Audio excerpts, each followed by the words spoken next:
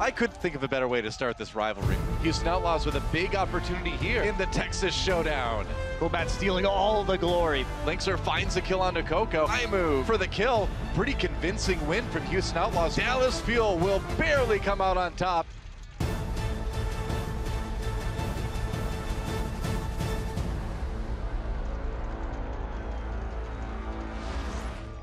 Welcome, we are live from the Blizzard Arena in Los Angeles, California. We are here for day 6 of the Overwatch League regular season, and we got a packed house. So many awesome fans in the building today because we are guaranteed to see some phenomenal action here.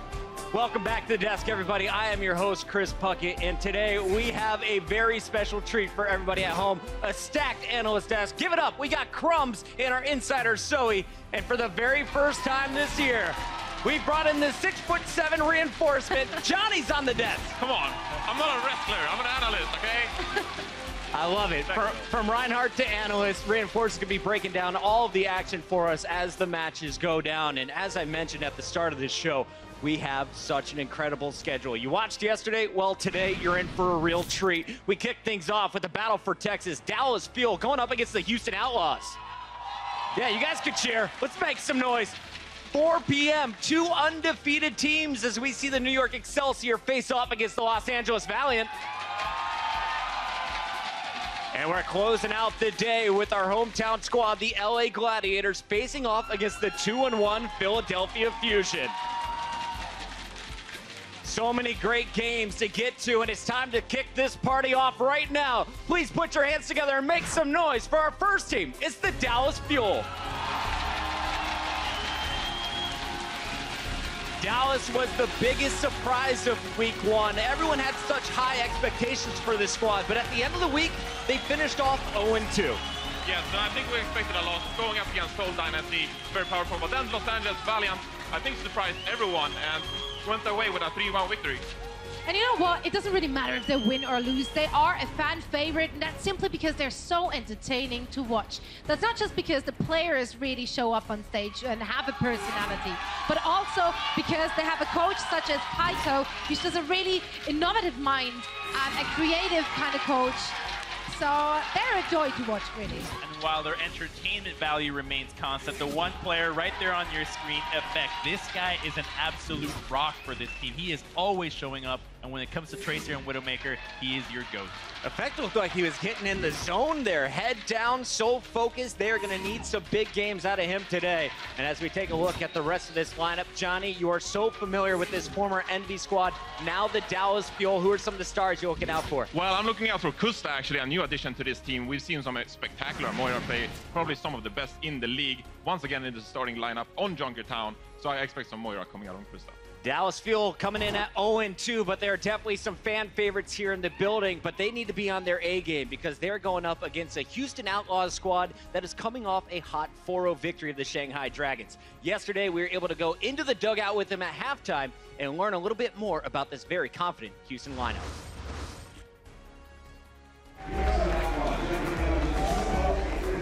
It's easy clap. I've only died one time. I had 2 deaths and they were both res. I've only died once. I think I got res 2 times on the Valkyrie. These are my only deaths. I was like, alright. We didn't show any strats in the first 2 maps. We showed nothing. We actually were like, oh, we don't have to show anything. We actually capped the whole map with Bastion. We defended first point. We actually haven't They saw nothing that matters. And they showed nothing on Horizon too.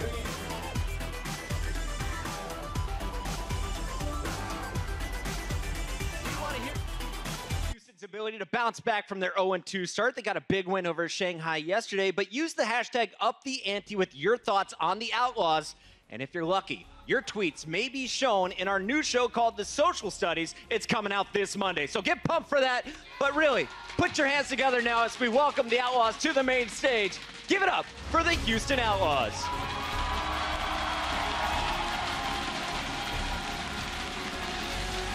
The Blondes of Bonnie and Lynx are leading the charge. Mumo right behind them, and this squad had a dominant victory over Shanghai last night. They really did. They had a slow start in the first week, and I did get to talk to the guys about that performance. They said they just felt like they prepared incorrectly and they practiced inefficiently. However, going into this week, they changed this up. They focused more on VOD reviews.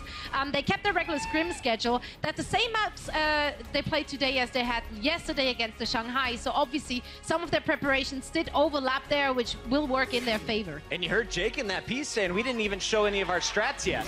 Yeah, and we can downplay their victory over the Shanghai Dragons. It's a very weakened team right now, but the fact is that this team needed to get the ball rolling when it came to confidence. They felt like they didn't have to reveal anything, as you were saying, and that could pay off in this matchup against Dallas Fuel that is trying to prepare against an Outlaws that now, what do you even know about them if apparently what you saw yesterday did not matter? And going into week 2, they're starting to really figure themselves out.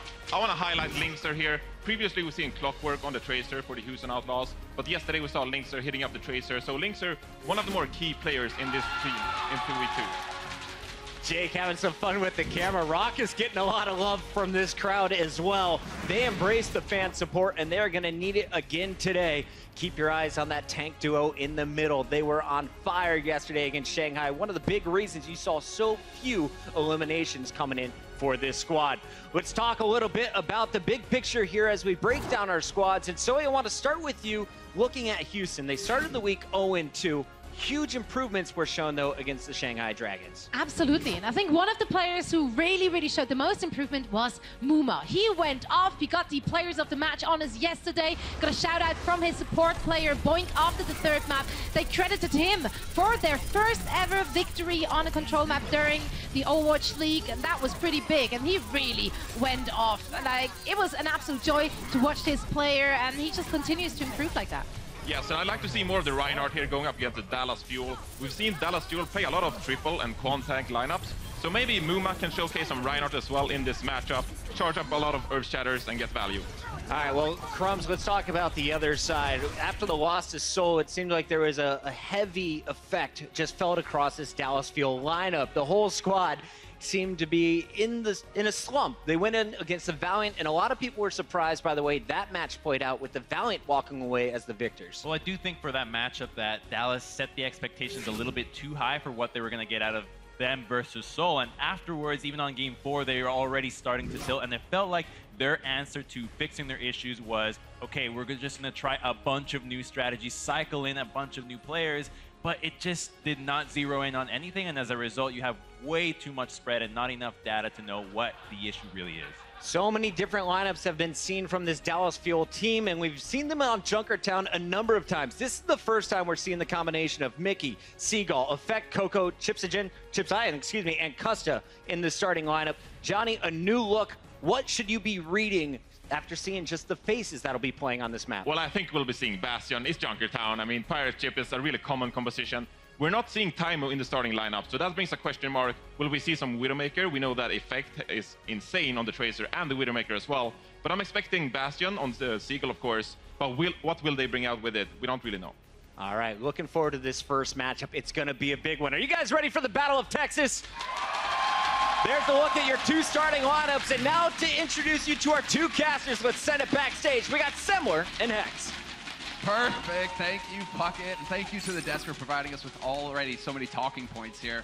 Just the roster, you know, to start things off. You and I were having this discussion, Hex, and we're still not sure exactly what the Fuel are going to bring to the table. Yeah, it looks a little bit odd, so we're wondering what's actually going to happen. Is it going to be a Bastion strat? Are they going to run the Hanzo here? Of course, that is one of Seagull's pocket picks, but we are starting off on Junkertown, and, you know, anything can happen at Junkertown. Yeah, buddy. I've really enjoyed watching this map. You know, I mean, there's some frustration sometimes because the Pirate Ship was this dominant strat, and it took a long time to figure out actually how to deal with it, and so you're just like, oh, Pirate Ship, they're just going to roll to the 3rd point. But now teams are starting to adapt, and we have one of the most versatile rosters here in the Fuel. These guys are so creative. They're always coming up with new strategies, new ways to catch their opponents off guard. And so that's why I think, you know, it's a big talking point. We're all wondering, you know, what are they going to show us here to start things off? Yeah, we're going to have to wait and see. One of the reasons I love Junkertown as we fly through the map is I think good maps always force a team to switch compositions. You can't run your same 6 at first point as you can at last point. You have to switch things up, and it really tests the versatility of these teams. Well, as we get the fly through here, you guys are going to get a bit of an overview if you're new to just tuning in. You know, this is one of the more recent maps that's been added to the pool. And so we are still trying to figure it out exactly how this map needs to be played. Lots of great YouTube content as well out there. Everybody's getting on board with Junkertown, trying to figure this map out. So I think that's a good thing. I think that's a fantastic thing. You need to have maps that are versatile like this that really provide so many options for teams. Yeah, I absolutely agree. Of course, Jake has been playing a lot of Junkrat. It's been called the Jake Rat, which can be a very good answer to a Bastion. Even if you can't crack it right away, the tire coming over top, if you can sneak one in, can definitely dislodge a Bastion or a pirate ship. Fuel still in the offense, seeing what they're going to run on the way out here. Custa being in the lineup makes me think that they might run a Moira, but it's really hard to not run a Mercy in this kind of meta right now. Exactly, that's where you get kind of wondering. And the first point, Junk as well. I mean, once you get out into that open area, it feels like Moira might drop off a little bit. She likes the choke points, she likes halls, rooms, you know, where she can chuck her orb in there and really do a lot of AoE damage.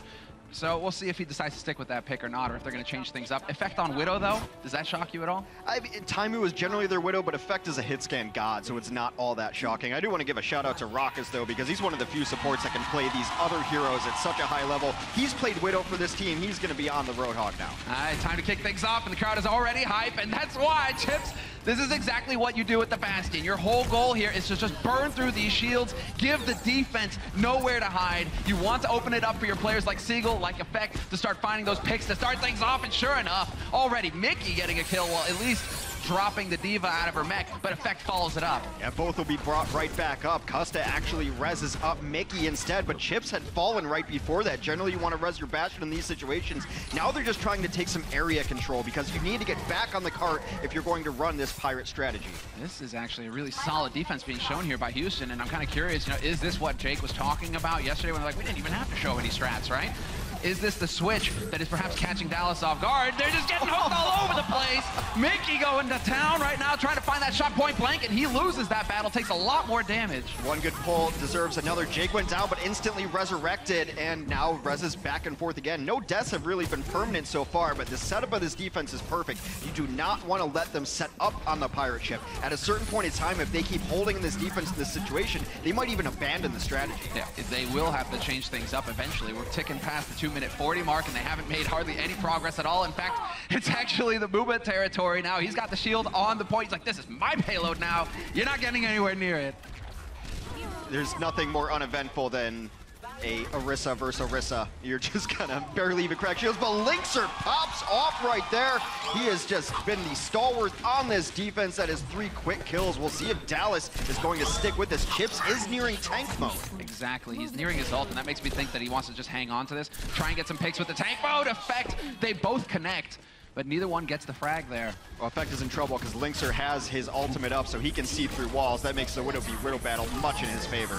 And already shots getting landed, and here we go, the trade. Supercharger gets picked off immediately, though. That's not going to help, and Coco is down. They've lost the tank, Dallas Fuel. Already a man down, in Effect. He's under so much pressure right now. Linkzr just can't seem to miss. But Seagull alleviates that pressure by taking out Linkzr on the other side of things. Linkzr gets resurrected, though. Effect will take down Fanny for trying to even resurrect his fallen teammate. This is the big shifting point here. Chipsayan has brought out the tank mode.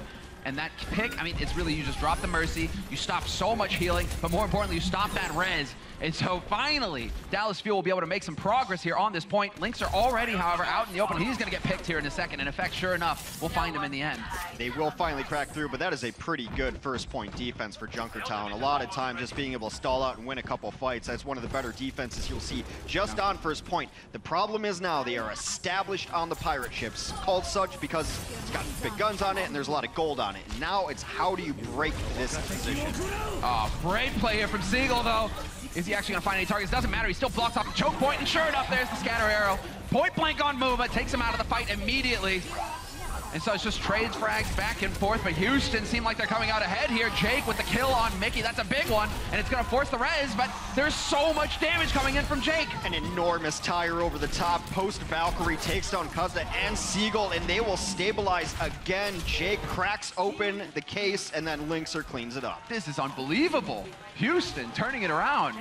When you're going into this kind of fight with the storied history of Dallas, you're kind of putting them as the top dog here in this matchup. You're expecting Houston to have to get scrappy. Well, sure enough, Houston, they've definitely shown up. Linkzr in particular, he has dominated this Widow fight. He has done so much work for his team. There are undecided fans in Texas, and this is the battle for the Owl Corral right here, and we'll see who flies their flag over Texas tonight. But this is a huge showing for Houston to be able to first hold on Junkertown, which they're 5 seconds away from doing. Well, already they do manage to get the res, so that's something here for Dallas to work with. The DMEC as well, but they aren't able to get on the point. While I'm jabbering about Mercy plays, you gotta remember, guys, it's not about the kills. You need to get somebody on that payload. And Dallas, they don't even make the first point on Junkertown. An astonishing defense from the Houston Outlaws. Really well played there, just working so well together. Jake played a kind of a passive Junkrat. He wasn't dying too much, didn't get himself into sight lines. Effect was having a hard time finding targets. Meanwhile, Linkzr was able to pick them apart on his Widow himself. And the reses went back and forth, but there was times when their Bastion died and they just used a res, and that's a full reset. You have to go back to protect him so he can get on the cart, and you have to reestablish your pirate ship. Yeah, that's the tricky thing. Managing to actually keep your Bastion on there when there's just bullets and everything flying all over the place. Of course, you're going to have Muma trying to halt him off of it as well. It's just all of these layers to this defense, and Houston did a fantastic job. And you can see a lot of good energy here, you know, a lot of talking. That's exactly what you want to see. That's a positive thing. Whereas Dallas, they seem a little bit, you know, a little bit quiet right now. Yeah, I mentioned one of my favorite things about this map is how the composition switches, but that's before I really realized this faint didgeridoo in the background. That might be my favorite. Never heard that before? No, I'm just picking. I don't wear like good headphones at home, so this is a new experience for me.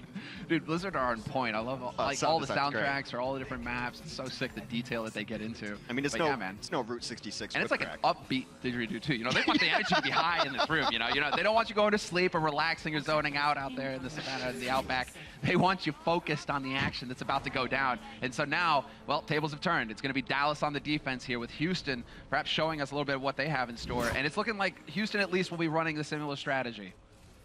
Yeah, I mean, it is just the strategy that you run on this map until someone proves they can stop it. It's been shown to be effective. It's been shown to be dominant. You get the double snipers on the side, picking out anyone who peeks around this shield. And if they're not peeking around the shield, you're going to try to crack right through it. They're holding a little further back than some teams will, but this is essentially as standard has gone on Junkertown. Oh, Mickey, this is big. Chip saying somehow DMEX, cool mat and all that melee, that chaos. But Mickey was at risk of getting picked off to start things off, and that wouldn't have helped the defense one bit. They do manage to kind of wipe the sweat off their brow, though. Dallas, they get a second chance, a chance to breathe. But now it's going to be the high ground taken over here by Houston, and they're just looking to pour it in. There's Jake with the mine. Doesn't quite follow up with the kill, though. There's so much healing on the ground. It's one of the wrinkles in the strategy that you first saw on that defense is that the defending team will rotate around and see if they can catch them off guard. But it has been the Linkzr show. Seagull out of the mix. Matt will take down Coco. Now, who do they res up? Lucky for them, Effect has taken down Rockus, but I don't think it's enough, Semler. There, that's big. Finally, Effect is able to win that duel versus Linkzr, but not before Linkzr does the damage, manages to get the picks to start everything off strong here for Houston. Jake getting just a little bit ahead of himself, not going to overextend though. I like that. You need the discipline, but they are getting so close now to the first point, to the cap. That's all they have to do. They have to just push the payload into that silver square, that silver rectangle. We've got one Junkrat on the side creeping just to try to get out here and touch if he can. The tire will come in, and Chips now out of this fight. Oh, that's so big. Linkzr drops Costa, no resurrect here, and this is going to be the easiest first map for Houston Outlaws. What a fantastic performance. That is them taking basically this league by storm. At this point, if you stomp Dallas Fuel into the ground, hey, Dallas Fuel, let's be fair here. They're 0-2 in the league. Yes, they've played some of the best teams in the league right now, at least, but still, this is not how you expect it to go for the Dallas. No, first shot fired in the battle for the Lone Star State, and it is from the Outlaws, fittingly enough, as they've got both of the 6 shooters in their logo. I'm a little bit stunned right now. I'm impressed. You know, there's been a lot of talk around Houston. There's been a lot of talk around Jake. You know, a lot of positivity. And well, I mean, we're going to get some of the replays here, and really, you can't be disappointed with Linkzr's performance. The man just seems to stand out on every front, pick after pick.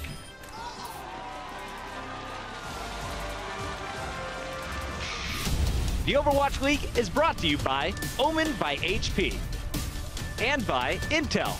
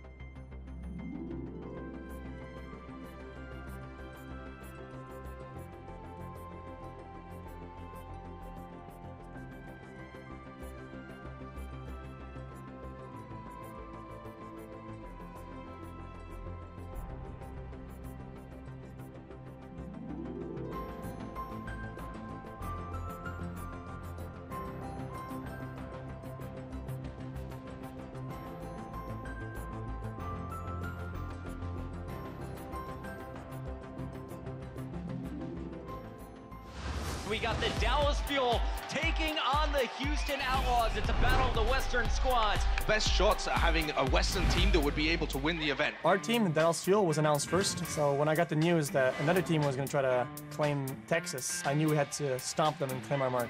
Yeah, they may have been announced first, but we are still better than them. We are here for this Texas matchup. Yeehaw, Monte Cristo! Well, our preseason match against the Fuel was very close. That was the best 0-2 of the entire preseason. They actually put up a fight against the Dallas Fuel. So during preseason, against the Outlaws, we went 3-2. I don't even know how we let them get away with 2 wins in the first place. Is Houston Outlaws on the same level as Dallas Fuel right now? I think the favorite is us. We have the best players, we have the best fans, and we represent the best city. This is going to be an insanely fun matchup to watch. The toughest thing about the Outlaws is going to be their tank duo, Luma and Cool Matt. I think if we can take care of that, then the rest should follow. A scatter arrow can instantly kill a tank. Oh, there we go. There we go. Thank you, Seagull. Me and Muma have history. There's a bit of a rivalry back from even past games and stuff. Can't wait to push him off the map. Can't wait to show him who's boss. Are these our 2 best Western teams? We're the best team in Texas because we have the experience. Outlaws, step it up, get ready, because we're coming. No, definitely not. Texas ain't big enough for the 2 of us, you know? There's a new sheriff in town. It's the Outlaws. And here we have it. I mean, the battle for Texas, there's no better way of putting it. It's a battle for the West as well. I mean, Dallas Fuel has been the team to watch from the West for so long now. And all of a sudden, you've got these Houston upstarts. They're just showing up and pumping bullets into them. Yeah, I mean, they're upstarts, but this team has played together a lot under different formats and different names, and we'll see. And yeah, they have different players, but I gotta say, as far as the hair battle goes, Outlaws are winning it. Between Raucus and Cool Matt, that's a lot of product going on, so they've at least got that one going. But I gotta say, there's probably undecided people in the audience figure out which Texas team they're gonna root for. They've already decided which LA team they're gonna root for. We're going to Horizon next. I'm hoping that we see a lot of tanks here because it's something that Dallas has brought out. It's gotta happen. We don't have any subs either, and I wanted to touch on that because, you know, XQC, he was a little spicy there in that video, right? You know, I don't know how we even gave them 2 maps. How does he feel now? You're down 0-1, XQC. Where are you? It's so strange because XQC is usually really quiet, kind of coy. I don't know if you've seen his stream. He's a really humble guy. It's like a library in there, you know? I know, it's exactly. The peace. No talking. Someone comes in and shushes him. And then he puts his hoodie on, tightens it up, and you know that it's game time for XQC. Yeah, he's got one of the best streams. If you guys haven't checked it out, be sure to head over to Twitch and check it out there. But, I mean, we're going to have now the Assault map that's going to be coming up. And so, man, pressure's really going to be on here for Dallas because there's no way that they can allow themselves to go down 0-3 at the beginning of this league. Not with their pedigree, and certainly not against Dallas. Not against, obviously, Houston. Yeah, expectations were a little bit higher, although, you know, I'm of the mind, if they go down 0-3, it's going to be the best 0-3 in the league. I mean, just granted who they've played against, but obviously if you're Dallas, you did not expect for that to happen. They kind of usually are a team that starts slow, so losing the first map isn't going to tilt them. They're used to playing from behind like that. They're usually pretty surprised when they win the first map, so it's just about how can they bounce back. Do not let the emotions or the pressure of the situation get the better of them. And they did mention they're the more experienced team. These guys have been on stage more than the Houston Outlaws, and they're going to have to rely on that as we go into Horizon Lunar Colony. Certainly, they have a long experience of competing against the best over in Korea as well. And so, I mean, with that kind of pressure on you, you have to know how to perform. And already we're going to be keeping an eye on things here because Dallas Fuel will be the ones starting things off here on the attacking side. Very curious to see what they have in store for us, seeing as how they are always changing it up. They are always challenging the meta. But for now, at least, it doesn't seem like it's too unreasonable here, Hex. It actually seems kind of vanilla. It looks pretty standard. The player I want to watch going forward here is going to be Custa, the Fuel's Mercy. There were a lot of times he got himself in bad positions in that last map, going for resurrections. Sometimes you have to leave your man on the ground.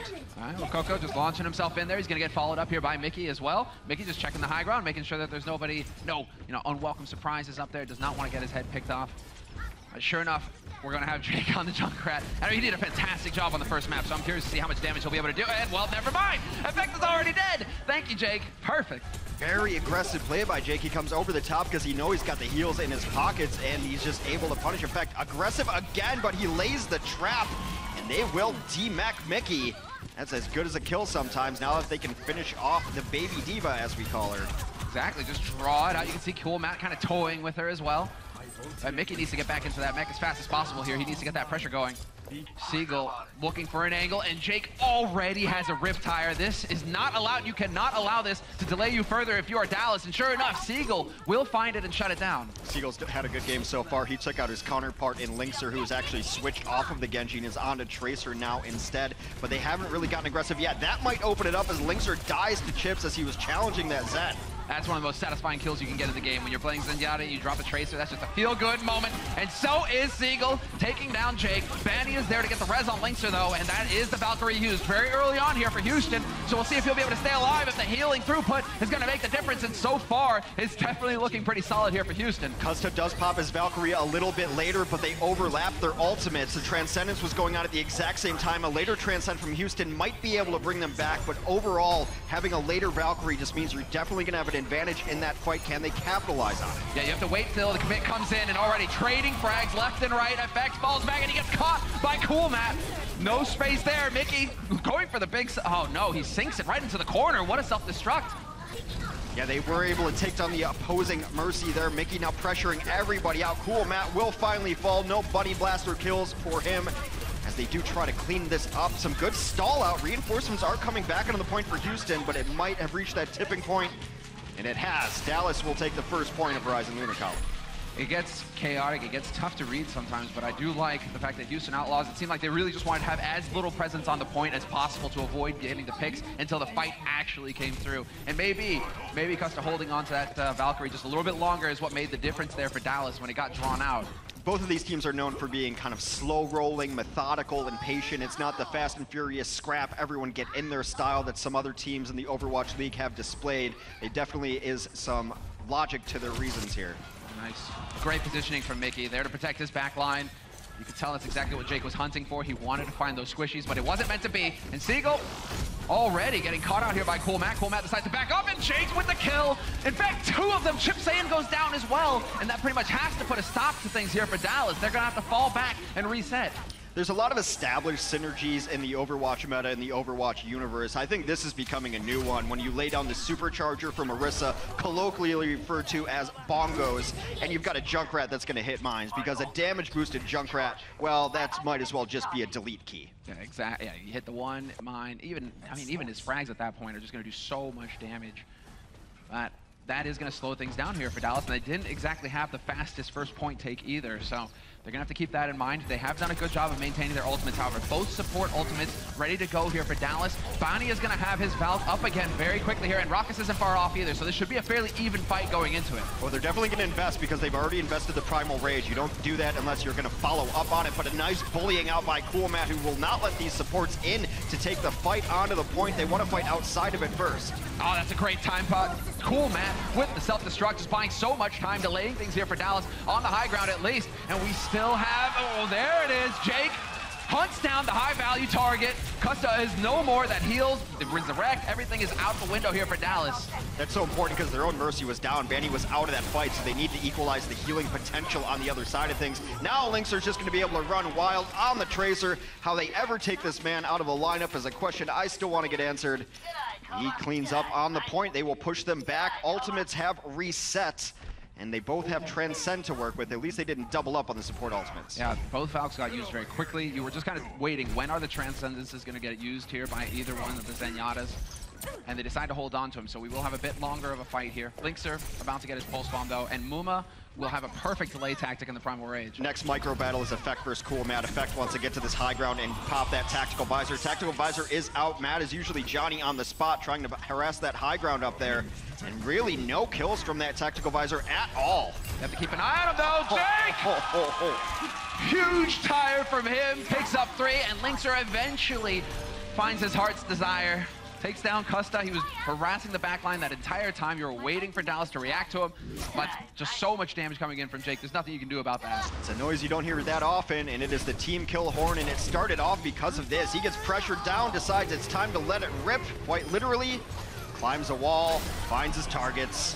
That's beautiful. Devastating. And he even manages to clip Custa a little bit, or at least Custa having to deal with the flanks coming in from Linkzr. Linkzr doing a great job working together. Jake is that hard point defense man, just pumping damage in. And again, another kill for Jake. He is so good at Junkrat right now.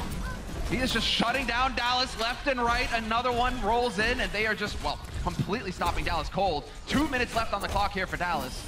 I think most importantly, they're shutting down Effect no matter what hero he is on. He's had absolutely no impact in the last 2 maps. He got shut down on Widow on Junkertown. His Tracer's been rocked a couple times. His 76 got absolutely nothing, and he is one of the most talented players in all of the league, not to mention this team, and they can really take their cues from him emotionally. This is, I mean, that is what the analyst desk was mentioning as well going into this. You know, he is the rock that this roster is built around. And again! Unbelievable. Really keep the pressure up on Effect. If you can completely shut him out like this, life is going to get very difficult for Dallas. Jake with the high ground advantage as well. You can see exactly what he wants to be doing here, just making sure that if you try and push through any of these choke points, if you are Dallas, you're going to take some damage. And he's got the Riptire again. This is unbelievable. It feels like he's got the Riptire every single team fight. It does charge pretty quick. They've had no one to be able to get up there and deal with them. A lot of these, well, here comes another tower yet again. That's one way to deal with them up top. Send everything you have at him. Interesting, because that's going to force things out. Cool, Matt, he will be able to find the pick on Coco, and there's the trance. Buying time, both Zenyatta's using their ultimates here, trying to keep their teammates alive as best they can. Raucus, good positioning from him, can just rain the orbs in, and he's just looking over this battlefield, calling out the targets, making sure that his team are focusing, and Jake, he's more than happy to oblige. A lot of harmony on this point, but a lot of discord in the Dallas ranks as they get taken down one by one. The tanks who died very early in this fight come in late and get staggered yet again. We are nearing the 30-second mark for Houston to hold on point B. And what do they have to work with? Seagull swapped over to Soldier in desperation. They need to find some kills somehow here. And Custa, no support ults here to make the difference either. Raucus is definitely further along to his trance, so he might even be able to farm that for them in the next fight here.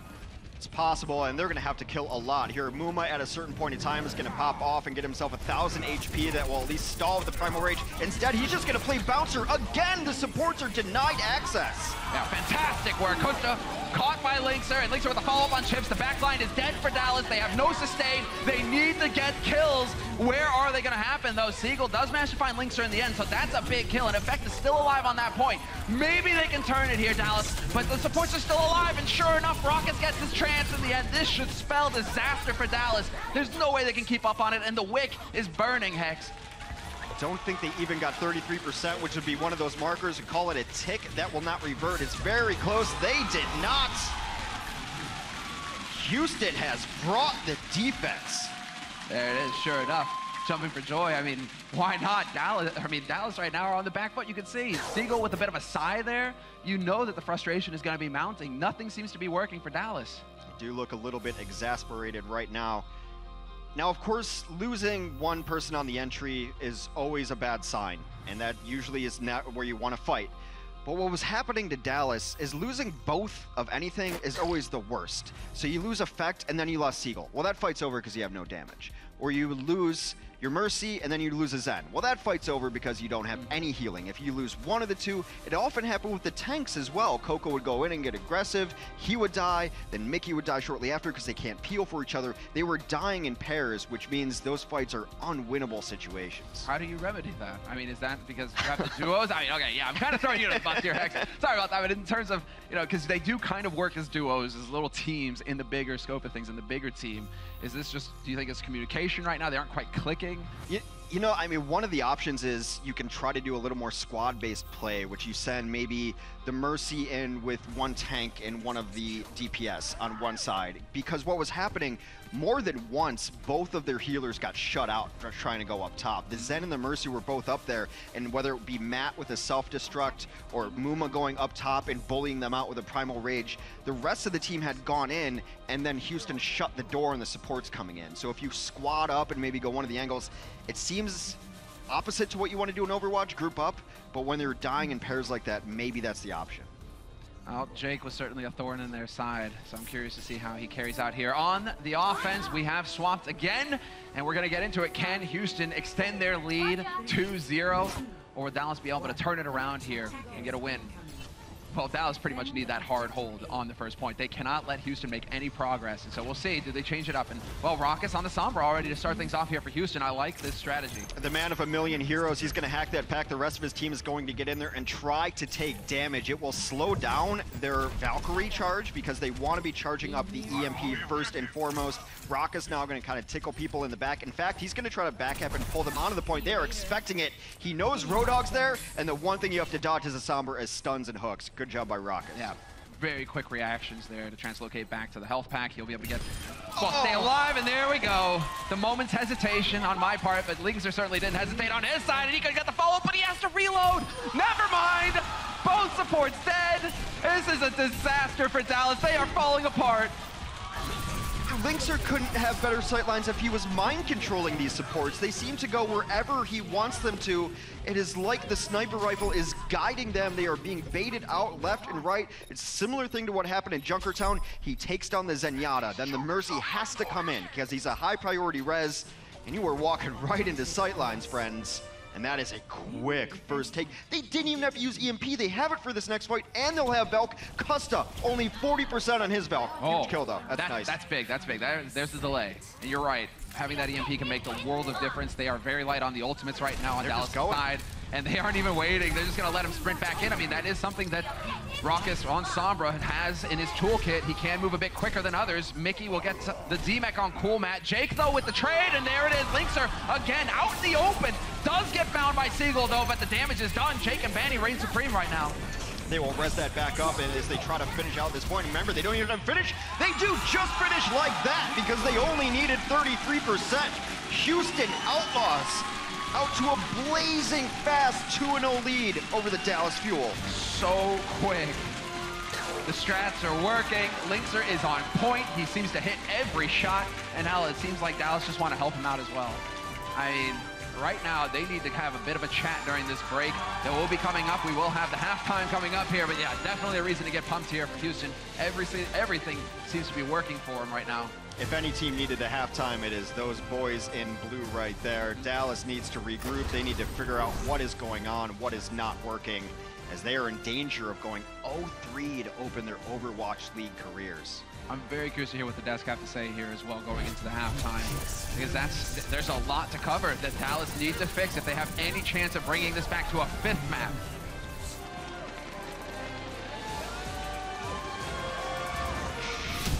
The Overwatch League is brought to you by Intel and Omen by HP.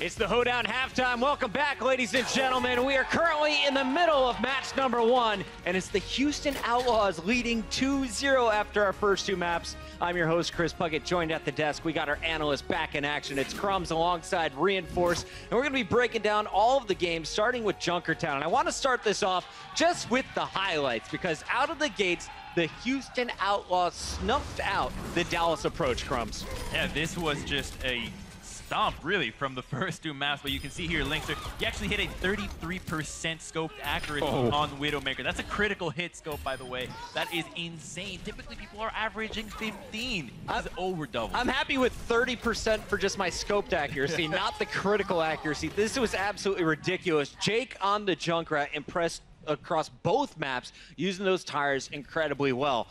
But it's really just a team cohesion issue that seems to be happening here, Ian. Well, they're playing pretty straightforward, Dallas Fuel. They're playing Widowmaker and Hanzo. I'm going to go more in depth about that later on.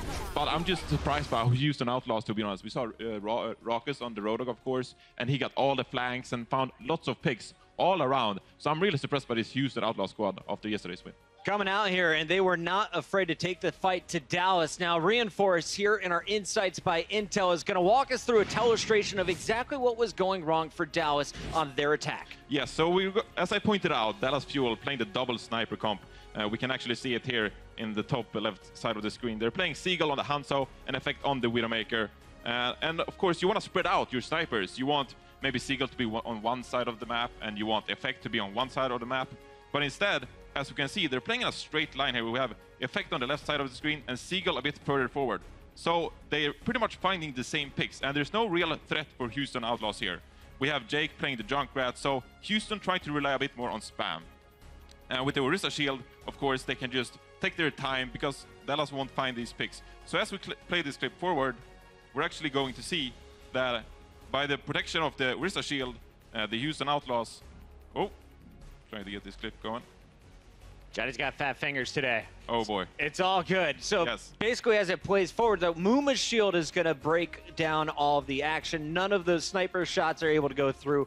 The Hanzo arrows are going to get stuffed as well, and we really just saw a collapse coming in. And why not create like a concave angle throughout this fight? Maybe put Seagull on one side of the fight and Effect on the other. But instead, as you can see here, Muma is getting resurrected here by Bani, and he places down the shield. Cool Matt on the Diva. He's going to use the defense matrix. And so Dallas Fuel here, they're just shooting the front line of Houston Outlaws. And throughout this fight, they're not going to find those picks they need. And Jake has all the time on the Junkrat to just spam down Coco's Orisa Shield and win the fight over time. Johnny, as a former pro, I have to ask you, how impressive is it to get a full hold on a map like Junkrat against another professional team? Well, I think it was the 3rd time in Overwatch League we've seen someone held first point. So it's really surprising, honestly. And it's a bit boring. I want to see Taimu get in there, get some of those flanks going. We've seen him play a lot of Road Dogg, so why not let Taimu play the Road Dogg, or maybe the Widowmaker in this case, and maybe spread out and be the X factor in this game. I have to ask about the setup here for Dallas Field. Now, in the past, we've seen Harry Hook on the Bastion on Junkertown. This time around, it's Chips, a guy that we've seen on Ana in the past. He was playing a little bit of Mercy earlier in the regular season. How surprised were you to see Custer bringing out the Mercy and Chips sitting on that Bastion?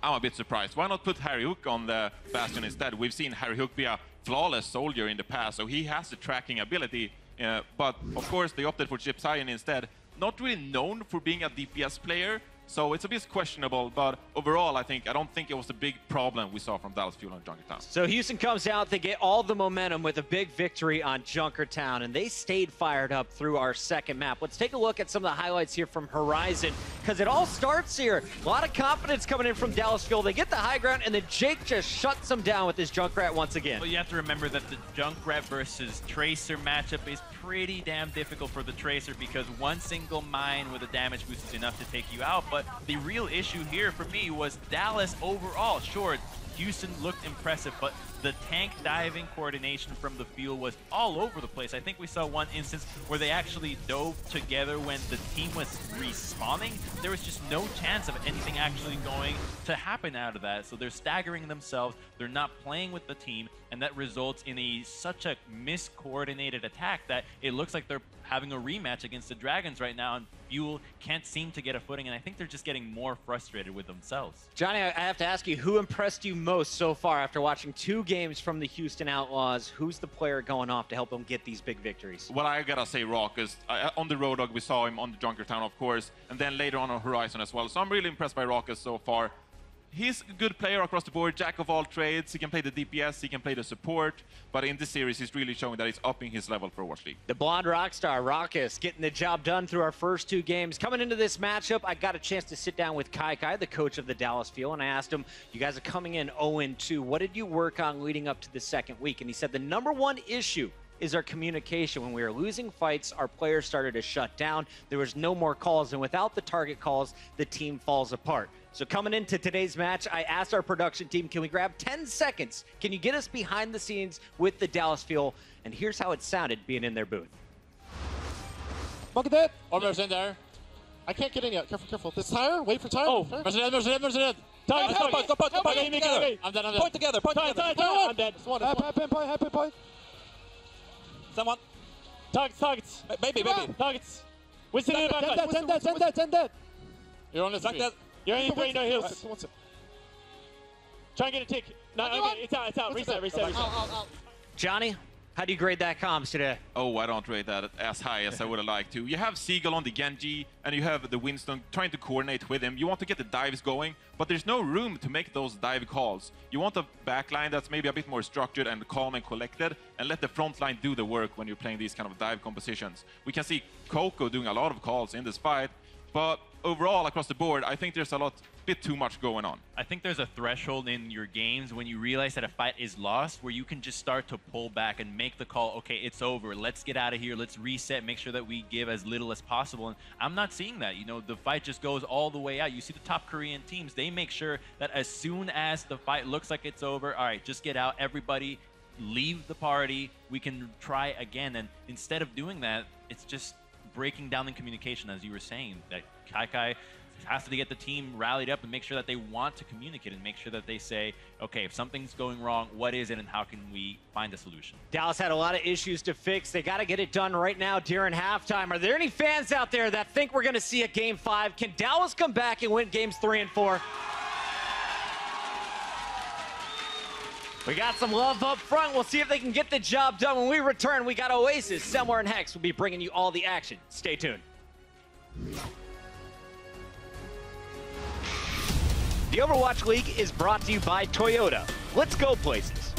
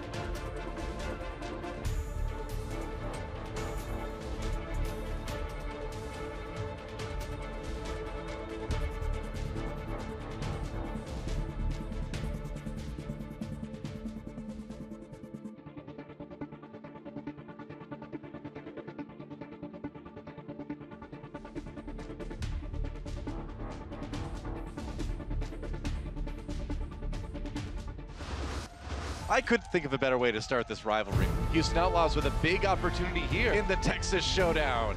Gobat stealing all the glory. Linkzr finds a kill onto Coco. I move for the kill. Pretty convincing win from Houston Outlaws. Dallas Fuel will barely come out on top.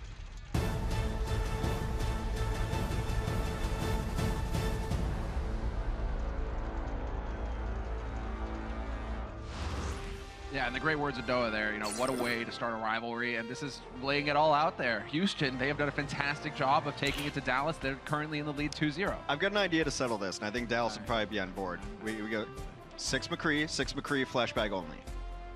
All right. Yeah. Somebody agreed with that. Somebody likes that idea in the crowd there. Let's go. I think that's the best way. Just call it fireworks matches. Everyone's throwing the flashbangs at each other. Look, I'm a little bit surprised. I thought it was going to be closer than it was, but all credit to Houston and how they've played. And Dallas needed that moment to regroup. They needed that halftime badly. We listened in to some of the comms, and they just have to be cleaned up. Yeah, and that's exactly the thing. The first thing to start breaking down, if you do not have discipline, if you do not have confidence, certainly in your roster, and things start to go against you, well, you start talking, you turn into a bot, and you just stop talking, and you start just going on autopilot, and that's definitely not what you can afford to do here versus Houston. Houston will not allow you to get away with those kinds of mistakes, and so now we get into control. And so, Hex, what do you think that Dallas are going to have to do here to change things up and try and turn this around in their favor? Well, Dallas has only played Ilios so far in the Overwatch League, and it did not go well for them. They lost both of their times out on Ilios, so now they've got a little bit of a different roster in here right now, so we'll see what they want to play on Oasis, which I believe plays very different than Ilios. This stage in particular, the University, I call it one of the outlier stages. The other two stages play very similar, but you see different strategies on University than you will on the other two stages of Oasis here. So probably not the Pharah just yet, but I'd be surprised if we don't see Pharah.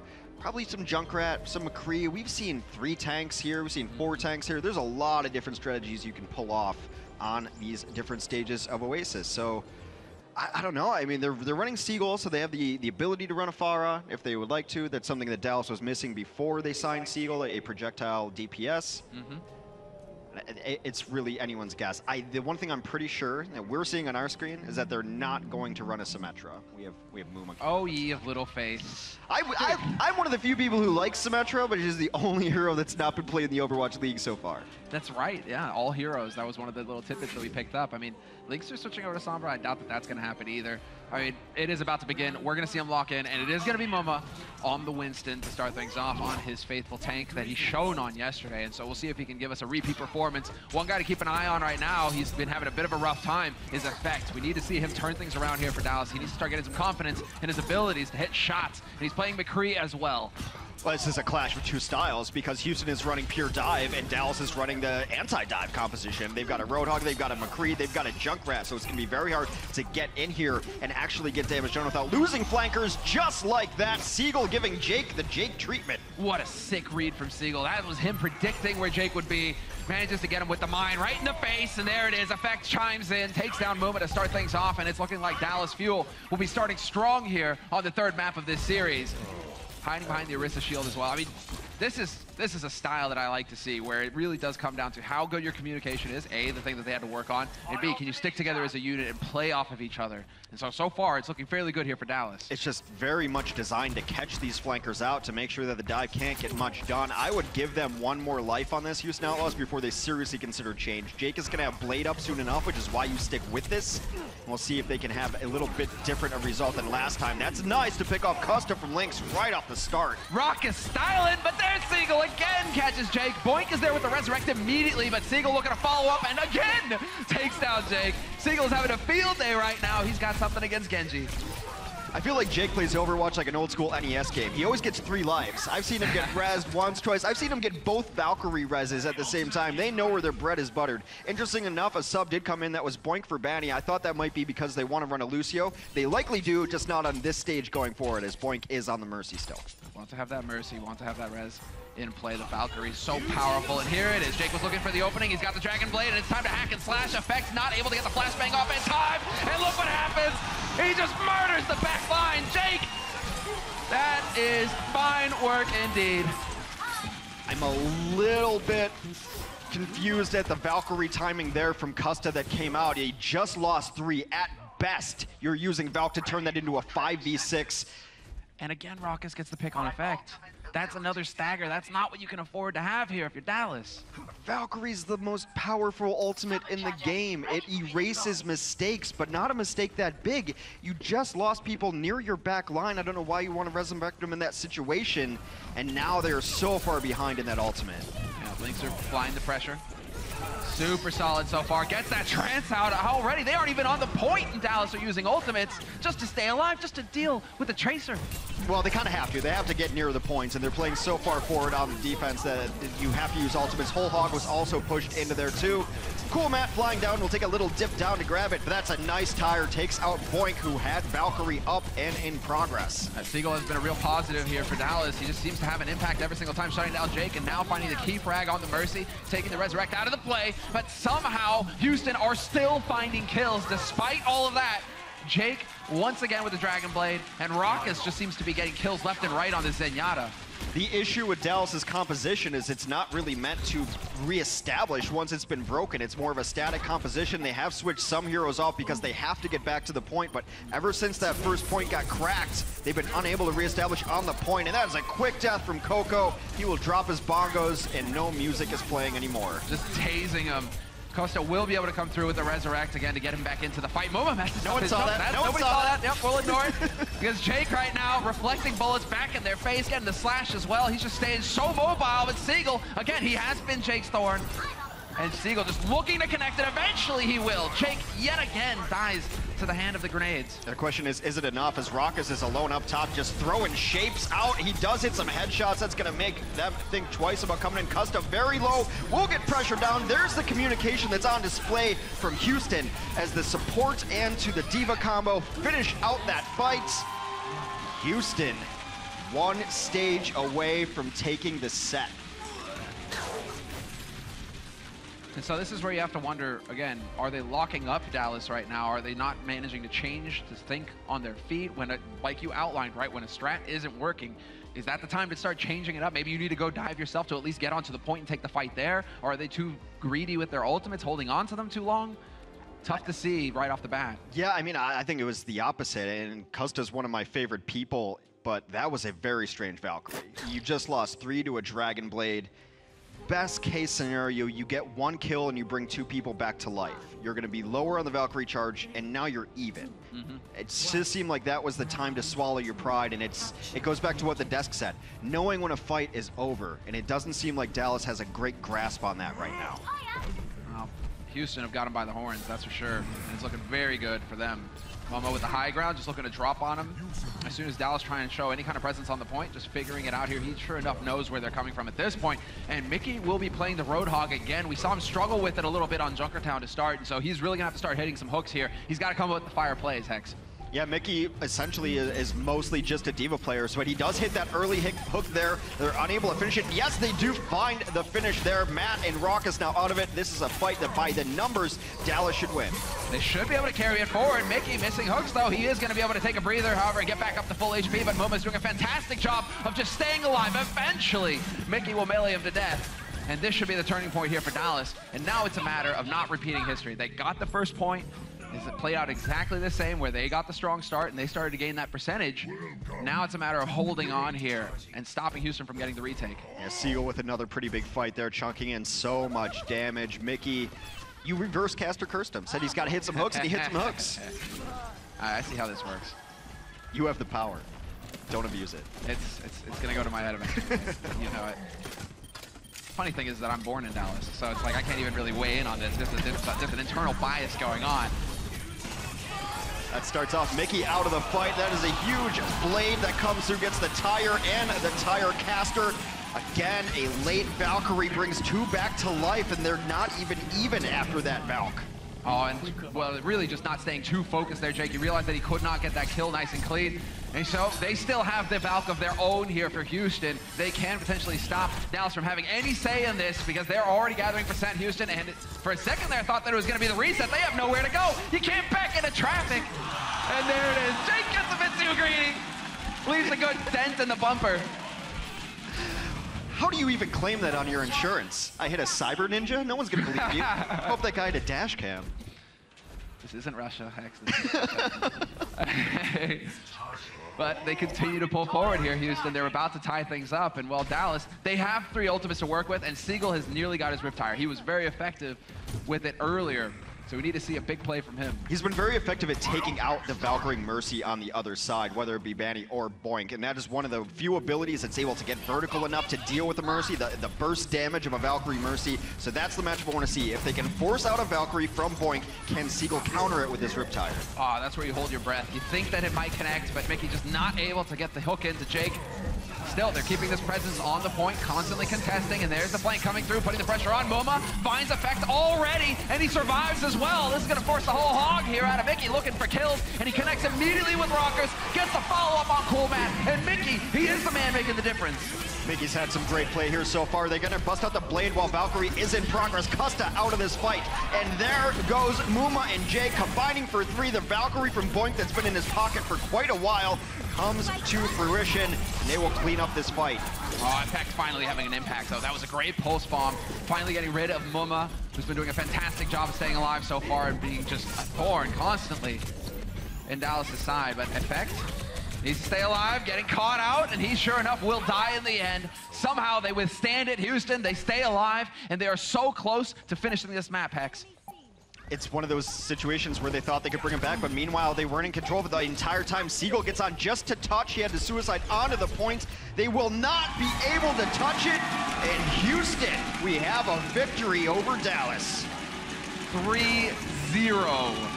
That's as clean as it gets. Dallas, they seem impotent right now. They are not able to get anything going for themselves. And there it is, sure enough. Of course, if you're in Dallas' shoes right now, you are desperate to pick up this 4th map, because going into it towards the end of the league, it's going to come, if it comes down to a tiebreaker, every map counts. And so Dallas have every reason to keep battling here. But right now, Houston, they're feeling great. Forget about map scores, forget about tiebreakers. You don't want to go 0-4 against your in-state rival. This is about getting a crooked number on that board.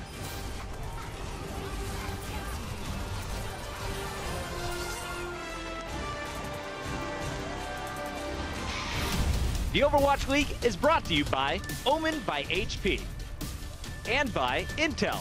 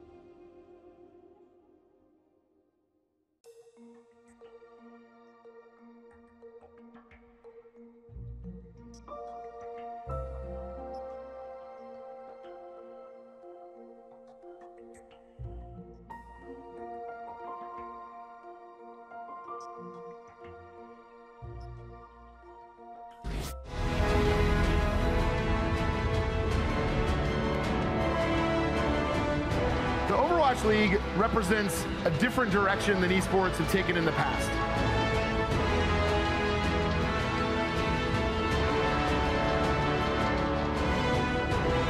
A global community of professionals for a truly global league.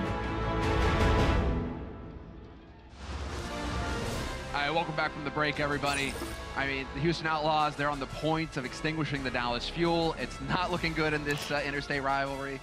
What do you make of it, Hex? You gotta get your momentum back somewhere. So Dallas has to play for pride here and maybe just start cleaning up some of the calls. I mean, we're gonna have a substitution. I believe there's the man himself. Taimu is gonna be coming in for Seagull as we move on to our 4th map.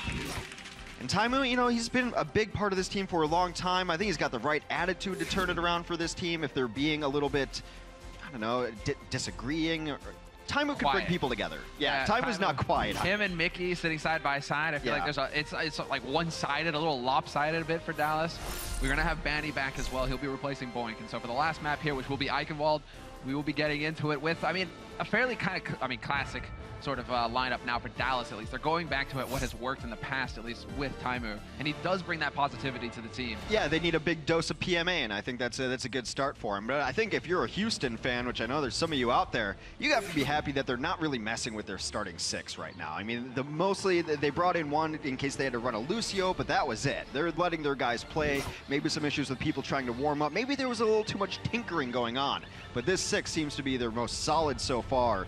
And what a performance they put on against Dallas. You got to give it to Jake. I mean, it seems like he's just nonstop getting value out of his ultimates, the Dragon Blade, the Riptire. He just constantly gets kills, which is always just, I mean, it's like tightening the thumb screws on Dallas. Dallas just can't seem to find a way to deal with this guy, even though, I mean, we kind of saw Seagull, you know, taking the fight to him a bit. It just wasn't enough because guess what? You still have Linkzr, and Linkzr is shredding you too. You can only call a man Jake Rat so many times until he busts out a blade and proves everybody wrong. That was an amazing Genji performance he brought out against a composition that Genji should not really work all that well against. He had to eat a couple of Seagull mines to start it out, but just the perseverance there, hard work paying off as we enter into Eichenwalda. We need to actually just agree on a way to say that. No, that's the thing, is that even Germans don't agree on it. Like, there's an old German and there's a new German way of saying it. So there are technically, actually, at very least 2 ways to say it. Eichenwalda and Eichenwald. I love it, though. This is the devs basically toying with everybody, saying, we'll pick the name of a map that nobody can agree on. And everybody wins at that point. Yeah, that E-map is what I call it. I've never called it that before, nor will I. E-map? E-map. That doesn't work. No, I'm vetoing it. Thank you.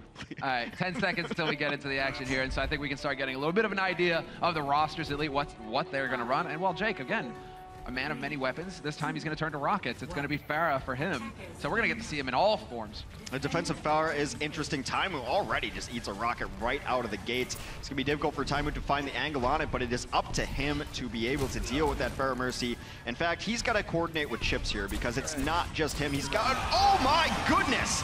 You see Taimu in the kill feed, but that little icon next to him is Chips. They discorded Jake in the sky, and they absolutely need that. Taimu bringing the thunder already. There we go.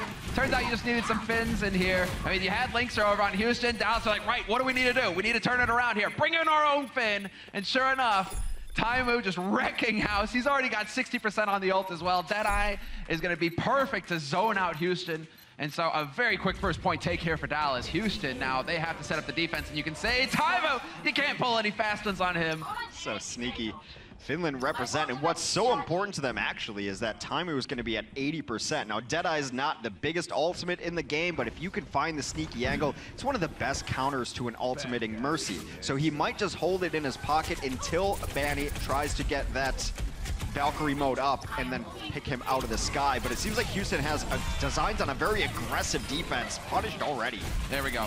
Good call out here. The communication seems to be crisp. They're calling out their targets. Taimu is hitting shots left and right, and in fact wins the duel versus Linkzr. We haven't been able to say that too often so far this series. And things definitely looking up here for Dallas. They are burning bright. Oh, Linkzr's going to go to a McCree of his own. And this is what I wanted to see in the Texas matchup. A McCree versus a McCree. I was going to be disappointed if we didn't have it. But more importantly, it's Taimu versus Linkzr, two of the best players on their respective teams. Oh, looking for the squishy targets. And Effect, I thought he dodged it. I thought he got out in the nick of time, but Jake still connects. And Jake with the follow-up manages to get the D-Mech on Mickey. The pressure getting poured on here in Houston. They're doing a fantastic job. And it all took Jake just going back to his faithful rat. He will lay down the Overwatch spray so people know he's been there. And this is an opportunity for them to completely set up on the defense. Oftentimes on second points of both hybrid and payload maps, you want that momentum driving through. You would love to get second in one foul swoop, because now that the defenders have the height advantage, it can be very difficult to crack them. Just thinking, where is Taimu going to be able to use the Deadeye at this point? If you've got the high ground, all you have to do is fall back, just give an angle. It really will turn into like a zoning ult. So Jake getting damage boosted as well, just doing so much damage in these choke points, and Dallas just trying to find a way. They might rotate all the way around. They might go through house and come out onto the low ground on the other side, meanwhile trying to get a little free push on the cart via their D.Va. But yeah, that seems to be the angle they want to take. Instead, they're going to dive onto Jake. Still no kills in this fight just yet. Linkzr challenged Mickey, then taken out. Oh, very quick with the Transcendence there, Chipsayan, to make sure that Jake couldn't pick anybody off. Keeps his team alive, and both teams actually using their trances, but Jake right back into it, and sure enough, hunts down Chipsayan, but Mickey will trade the frag right back. There's no more terrifying sound as a Zenyatta than a Riptire. You just try to hit a charge volley of orbs to try to take it out, but it's a very big ask in that situation. The Valkyrie out for Dallas brought them up to life. It is 4v5 right now. Next kill might decide this fight. Solid work between Muma and Colmat right now to start picking up the back line. I like it. You lose Muma, fair enough. He'll get back quick enough on the Winston, but Coolmat really keeping the pressure on, and Linkzr finds a headshot on Effect. They are putting up one hell of a fight right now, Houston.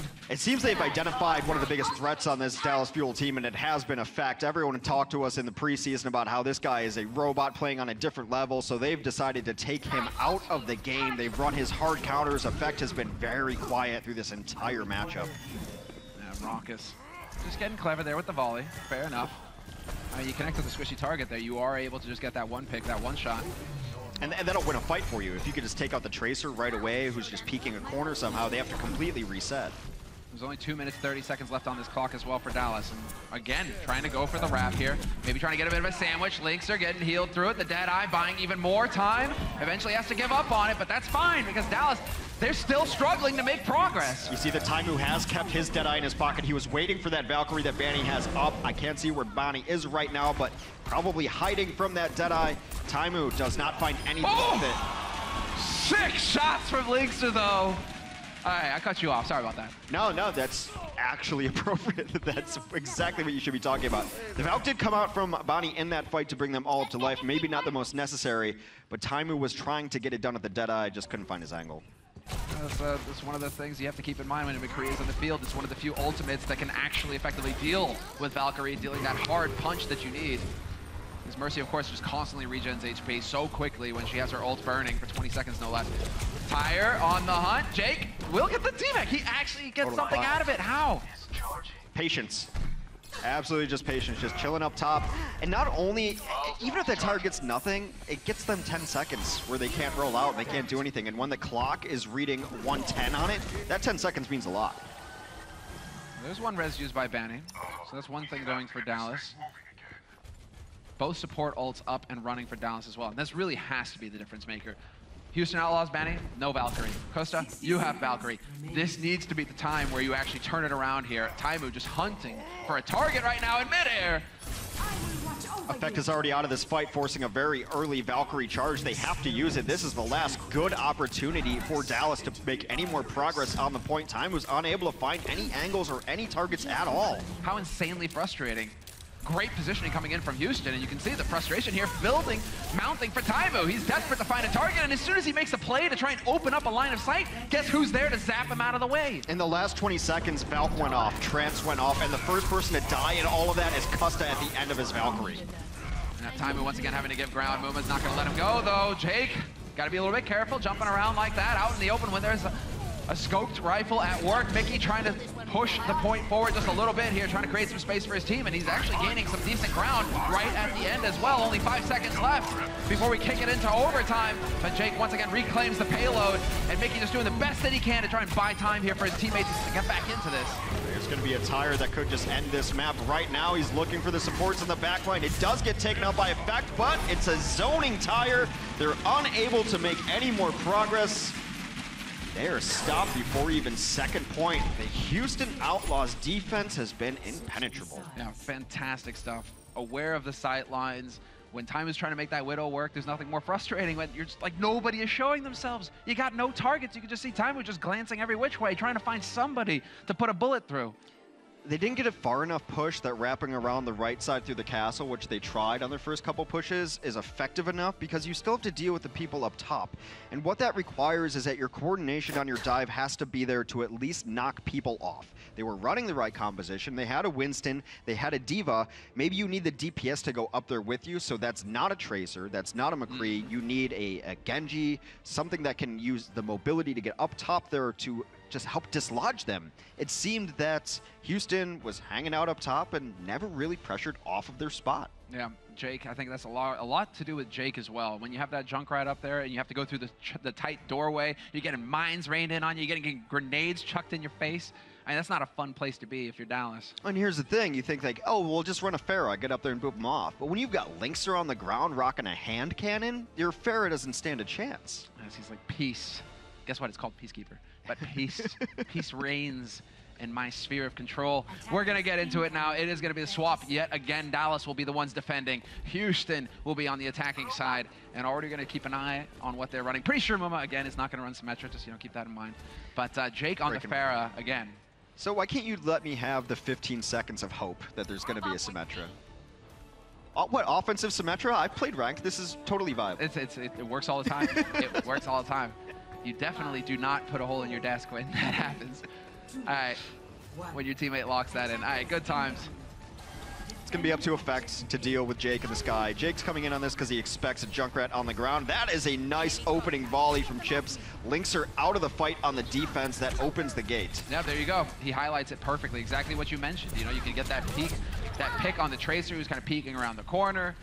And that's going to stall things out. Well, luckily, for Linkser, he doesn't have too far to run, so he'll be back in the fight soon enough. Jake just trying to get some rockets, trying to build up that ultimate as quickly as possible here, and they are getting a bit too low here. Chip saying at risk. Damage boosted rockets do a lot. He's not been able to clean up any fight. He's distributing that damage a little too much, and Jake will go down. Effect finds the target that he needs, and the rest of the Outlaws will fall in turn. Both DPS here for Dallas are getting very close to their ultimates. So that'll do perfect here to buy even more time. I like that Muma is allowing Banny to get some ult charge as well off of him, not going to a health pack, not running back in for the free heal. Definitely give your healers the chance to build their ultimates as well, because that's only going to help you going into the push. We're going to give a bit of a replay here of Taimu cleaning house. It's not every day you see somebody cleaning house with shrapnel. I would think it'd be the opposite. It'd be kind of dirty, but it works. There's two places you don't want to fight, in a basement in World War II and in a hallway in Eichenwald. Linkser, he will be able to stay alive on this, keeping the pressure on. Effects, though, doing massive damage. 2 quick kills for him, and the important one is on Banny, taking him out of the fight. And again, this is looking very good here for Dallas. They have really turned it around. They have. However, there is one very important ultimate that was just used for Dallas and Valkyrie. Custa used his. Bonnie will have his in the next fight. That means they will have the Valkyrie advantage. Usually means the man advantage given the resurrection mechanics. This is why Deadeye can be so good, taking out those targets in the sky. Sick follow-up there. That was crisp, that was clean. That's exactly what you need to see from Effects. That's what Dallas need him to do. He is their point man when it comes to dealing with Jake, and Jake has Barrage ready as well. But there's the Valk getting used, and so we'll see. I mean, Houston, they need to take advantage of this ultimate. Oh, they know they're a great spot for the Valk because you can resurrect Jake, which is why he has the freedom to use that barrage, knowing he'll be brought back to life. However, Mickey took out Bonnie during that fight. Bonnie and Jake out of the fight. Do the Outlaws have the bodies on the point to bring this back? They just might. Keeping it alive, keeping it running. And so Houston, they will get the first cap, and they will begin to push that payload. And we all saw just how far Dallas got, not very. And so things, with how Houston have been performing so far, things could be shaping up. And this is all about that combo, right? When you have the Valkyrie in play, Jake, he's got the barrage, perfect positioning from him right behind the Orisa shield. He's boosted up, doing maximum damage. Sick combo coming through there for Houston. They really need to make it count. Barrage can be a death sentence. Oh. Speaking of, that is a huge pulse bomb from Linkser. Takes down 2. This doorway hold from the Dallas Fuel is not long, and they will be evicted off this point as Houston continues to push.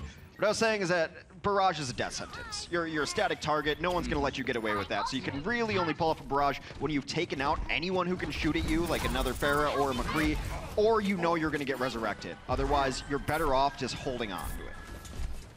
Something to keep in mind for all the Pharah mains out there. I'm pretty sure that they've had some frustrating barrages of their own in the past where they get picked immediately without being able to get anything done. Still, Muma, he will be forced back. He's getting dangerously low right now. Drops behind Coolmac, who's been demaxed as well. And so Dallas, again, buying valuable time. We're past the 3-minute mark here for Houston. And if they can get the kill on Muma, this would be big again. Just the kill feed filled with white. The aggression here from Dallas. Enough is enough, Hex. Well, Houston has the composition to be able to deal with dislodging the high ground. Lynx are on his own grand tour all the way in the background here. But they've got not only the dive tanks in your D.Va and your Winston to take the high ground, they've got Lynxer, or Jake rather, who's going to come up with them and force a response out of them. Now, they would have liked to have gotten a Dragon Blade up there too, but they've dislodged them. Now they're going to take free push. You can do this as many times as you want, and Blade comes out for Jake. This is it. He needs to find the kills, and he's not going to do it. For once, Jake not able to get any value out of his ultimate apart from positioning, forcing Dallas back. But they did a great job of sticking together. Dallas, in effect, drops out of nowhere. Doesn't get the kill, but that was so close. Jake just had a heart attack. Jake, the escape artist right there, and I would beg to differ that he didn't get anything out of that Dragon Blade. Sometimes you can consider it a success if you force out a Transcend, which you did in that fight. So the support ultimates now both being used for Dallas Fuel. But on the other side of things, Houston had to use all of theirs as well. Everyone kind of throwing ults willy-nilly here. Speaking of throwing ults, Matt drops a bomb over top and takes down two. And that's it. Custa is out of the fight as well, and they're running out of space here. Dallas, they need to keep some kind of presence here. They need to contest on the point. It is going to move forward so quickly. You want to keep the 3 on there. Keep the 3 on there, Houston. Get it in there as fast as possible. Peaks a little bit more speed, and they are not going to have any time here, Dallas. You can see they're just jumping in. Coco trying to buy time, but he's going to be a great focus target. Rockus already going to town with the heavy pulse rifle, picking up the kill on Taimu, who's not long for this world.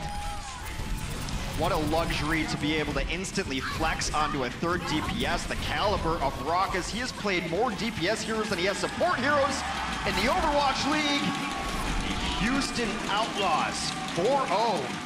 The Dallas Fuel. The sweep. Dallas definitely did not expect this result coming into this series. You were thinking it was going to be a bit more competitive between the two. Dallas, a real threat coming into the league. And no, turns out that Houston, it's the hair. It's got to be the hair. Rockus with those locks, it's got to be the hair game. It's like Samson. Their power's in their hair. Perfect. So I mean, we'll see. This is, I mean, they are going to eventually get over there to shake Dallas's hands. Good sportsmanship. All of them. And Jake, I'm glad to see that Jake, at least, he's talked a lot about hard work, about dedication. Well, it's paid off today for sure. I think the versatility is really shines through, that the Outlaws are able to run this pretty much 6-man composition with subbing in a Lucio here or there. But the thing that Rockus gives you is that he can play the DPS and not miss a beat. So he's a support main, generally plays a Zenyatta, but he flexed on to so many DPS there towards the end onto the 76, just to give him that extra oomph, that extra bit of firepower they needed. We'll get the replay of Jake. I mean, he really showed on the Junkrat today.